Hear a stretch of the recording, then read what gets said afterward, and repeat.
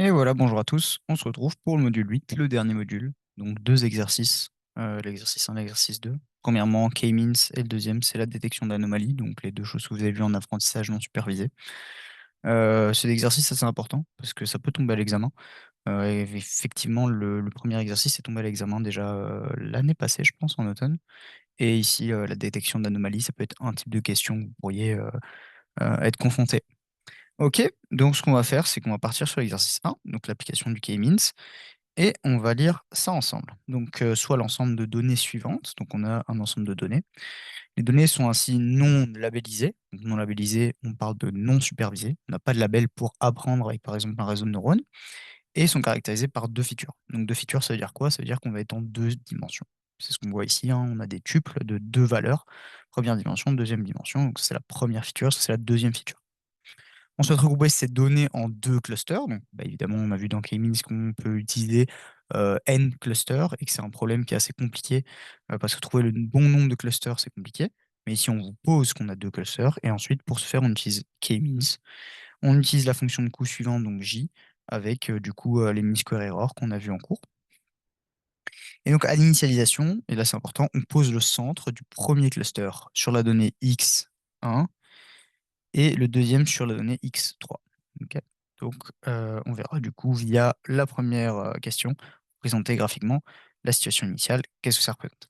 Donc, on se souvient, donc, dans K-means, on a plusieurs choses importantes. On a les x1, on a effectivement les ci aussi, qui sont eux l'indice du cluster auquel est attribuée la donnée i. Donc, si par exemple je dis 1, ça veut dire que celui-là, cette donnée-là, x1, est associée au cluster 1. Ok. Donc, indice du cluster associé. Voilà. Ok, on représentait graphiquement. Et là, du coup, on doit représenter graphiquement les différentes données. Ce qu'on va faire, donc je vais pas commencer à faire quelque chose de très très précis à l'examen, essayer d'être un peu plus précis, évidemment. Donc la première donnée en 1, 1, la deuxième donnée en 1, 2, la deuxième donnée en 2, 3, et la quatrième en 4, donc, tac, tac, 3, et en 5, 4. Ok. Donc là, évidemment, vous mettez x1, x2, x3, x4. Et ce qu'on ne doit pas oublier, c'est hop, les clusters. Donc les croix, ça va être quoi? Ça va être les clusters. Donc les clusters à l'initialisation, donc situation initiale, initialisation, on pose quoi? On prend premier cluster sur la donnée x1 et deuxième cluster sur la donnée x3. Donc voilà, c'est les clusters pour l'instant qu'on a. Donc évidemment, on va essayer de faire quelque chose d'un peu plus propre, mais c'est pour que vous compreniez l'idée. Faites deux itérations complètes de l'algorithme K-means sur l'ensemble de ces données. Bah, ça, on va le faire ensemble, hein. Vous verrez que c'est pas très très compliqué. Donc commençons. On a d'abord la solution initiale, donc init, où du coup on a U1, mu1, pardon, et quoi? C'est en fait le centre du premier cluster. Donc ça va être simplement en 1, 1, parce qu'on l'a posé sur la donnée x1. Et mu2, c'est la même chose, mais pour le cluster 2, c'est sur la donnée x3 qui est en 2, 3. Ensuite, pour les centres associés, donc les clusters associés à nos données, bah, il y a deux façons de le faire. Soit on dit simplement -1, -1, -1, etc. Hein, ça permet en fait de dire, voilà, on a initialisé. Maintenant, on peut dire que via un petit calcul, on peut déjà initialiser directement au cluster le plus proche. C'est ce qui est fait dans l'algorithme K-means. Et là, alors, on remarque que celui-là est associé à... Oh, je me suis trompé d'ailleurs. Ouais, je me suis trompé. Excusez-moi. Hop, voilà, c'est mieux. Donc, on voit qu'on est en 2, 3 pour la donnée 3. OK? Celle-ci, elle est en 2, 3. Et pas en, comme je l'avais mis en 2, 2. OK? Donc, pour initialiser les clusters, enfin les clusters associés, évidemment que la donnée 1 est sur le cluster 1. Ici, en fait, on a une distance de 1. Et ici, une distance de racine carrée de 2, je pense, si je dis pas de bêtises. Mais en tout cas, la distance d'une diagonale dans un carré est plus longue qu'un côté, évidemment. Pythagore, hein, j'espère que vous connaissez ça en tout cas. Donc, ici, ces données-là sont dans le même cluster et ces données-là sont dans le même cluster. Donc, on peut initialiser notre vecteur C à 1, 1, 2, 2, 2. OK? Normalement, ça devrait aller. Et ensuite, si on calcule J, Bah là, alors, on utilise la formule. Ici, j'ai pas de calculette, donc je vais simplement vous donner les solutions. Mais c'est assez simple à calculer via la calculette. Vous utilisez simplement la formule. Et normalement, vous devriez trouver 1,23. Voilà. On va faire la première itération. Donc, première itération, qu'est-ce qui se passe? La première chose dans K-means qui est importante, c'est on va remettre les clusters au centre, enfin les centres des clusters. Hein, c'est un mot assez important, mais c'est le centre du cluster. Donc, on a identifié notre cluster comme étant la donnée 1 et la donnée 2, mais on voit bien qu'on n'est plus au centre. Le centre, il est où? Il est ici. Même chose hein, pour celle-ci. Le centre, il va être environ ici, je dirais. Peu importe. OK? Donc, on recalcule au centre. Donc là, première mu1, bah, c'est assez simple, hein. Le centre entre 1, 1 et 1, 2, c'est forcément 1 et 1,5. OK. Pour mu2, c'est peut-être un petit peu plus compliqué, pardon. En termes de hauteur, bah, on a 3 pour ces deux données-là et 4. Donc on est en 3,33. Ça me semble assez logique, mais c'est simplement une moyenne, hein. Vous faites 3 plus 3 plus 4 et vous divisez par 3. Voilà, donc ça fait 3,33. Ça fait 10 sur 3. Et ensuite, on fait la même chose, hein. Donc on a 3, on a 4, pardon, on a 2, on a 4 et on a 5, ce qui donne en tout 11 sur 3. Ok, donc 3,67. Donc pour la première feature, on a 3,67 et pour la deuxième feature, on a 3, ok, même chose, on réattribue les clusters. Et comment est-ce qu'on réattribue les clusters? Bah, là, c'était simple visuellement de le faire pour la première itération, enfin la solution initiale. Pour la première itération, c'est un peu plus compliqué. Donc ce cluster-là va être déplacé ici et ce cluster-là va être déplacé ici. Bon, évidemment que ces deux-là vont forcément être avec le cluster 2, que ces deux-là vont forcément être avec le cluster 1. La grosse question, c'est celui-ci. Auquel cluster va-t-il appartenir?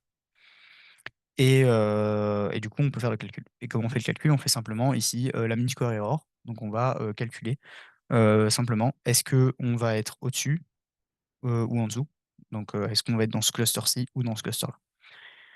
Évidemment, je vous laisse faire le calcul. Normalement, vous devriez voir que cette distance-ci, donc la distance du point 3, donc de la donnée 3, vers ce cluster-là, est de 0,1 au-dessus que la distance vers ce cluster-là. Donc forcément, il appartient toujours à ce cluster-là. OK? Donc on veut la distance la plus faible, hein, évidemment, vu qu'on veut être dans le cluster qui est le plus proche de notre donnée.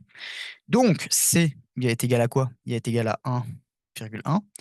2, 2, 2. Parce que les trois dernières données sont dans le cluster 2 et les deux premières sont dans le cluster 1. Et là, on remarque en fait quoi? Qu'est-ce qui se passe? Bah, c'est la même chose qu'au-dessus. Donc en fait, la situation n'a pas bougé. Donc qu'est-ce qui va se passer? C'est que simplement, mon J, si je le recalcule, bah, là, il a bougé. Pourquoi il a bougé? Parce que J dépend ici de mu1 et mu2, mais toutes ces données-là ne sont pas bougées. Et du coup, qu'est-ce qui se passe?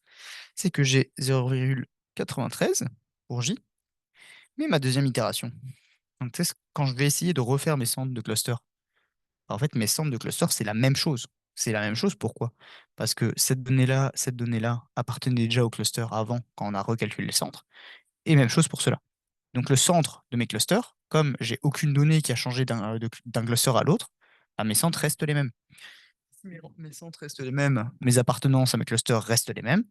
Et si j'ai mes centres qui n'ont pas bougé et mes appartenances qui n'ont pas bougé, hein, c'est ce qu'on remarque ici. Mes centres n'ont pas bougé, donc pardon, mu1 et mu2 n'ont pas bougé, et mes appartenances n'ont pas bougé, ma J va rester le même. Et du coup, ma deuxième itération, c'est quoi? C'est simplement ça. Voilà. Pas besoin de se casser plus la tête. Évidemment, c'est quand même intéressant de voir que après une seule itération, déjà convergé, évidemment, c'est parce qu'on a une situation qui a très très peu de points. Ok, donc maintenant, représenter graphiquement la situation après chaque itération. Donc là, bah, ce qu'on aurait dû faire, je vais le mettre en, en quelle couleur? Ici. Donc les données ne bougent jamais, en fait, c'est mes clusters qui vont changer.